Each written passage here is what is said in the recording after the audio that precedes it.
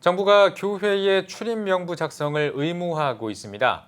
코로나19의 효과적인 방역을 위한 조치인데요. 코로나 예방과 확산 방지가 우선이긴 하지만 전자출입명부 작성도 꼼꼼히 알고 적용해야 할 것 같습니다. 박세윤 기자가 취재했습니다.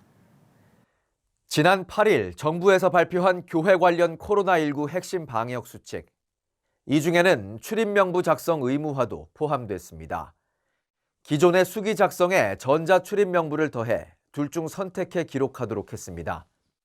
전문가들은 출입명부 작성 문제에 있어 신중하게 접근할 필요성을 강조합니다. 특히 수기 작성에 비해 전자명부 시스템의 경우 면밀히 살펴야 한다는 게 전문가들의 주장. 전자명부 시스템은 QR코드를 만들어 등록해 출입기록을 비롯한 개인정보를 관리하는 방법. 해당 정보는 사회보장정보원이 관리하게 됩니다. 전자명부 시스템은 현재 정부가 지정한 12개의 고위험 시설에 의무적으로 적용하도록 돼 있습니다. 전문가들은 일단 출입 정보가 생성되면 관리자의 관리 소홀과 정보 유출 가능성이 생긴다고 지적합니다.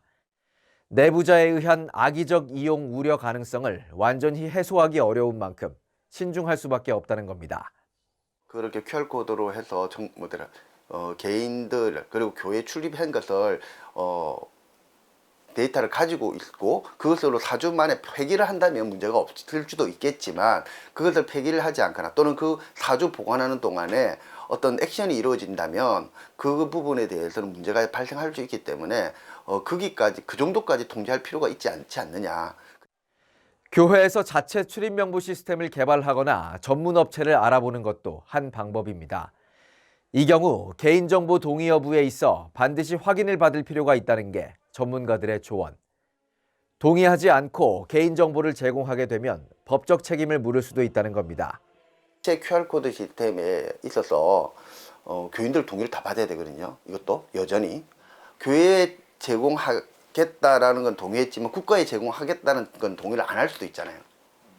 그래서 그런 부분들을 미리 교회가 이거를 도입할 때 사전에 교인들한테 인지시켜줘야 된다. 정부의 교회 관련 코로나 지침 중 하나로 내려온 출입 명부 작성. 꼼꼼한 관리와 신중한 적용이 요청됩니다. CTS 뉴스 박세현입니다.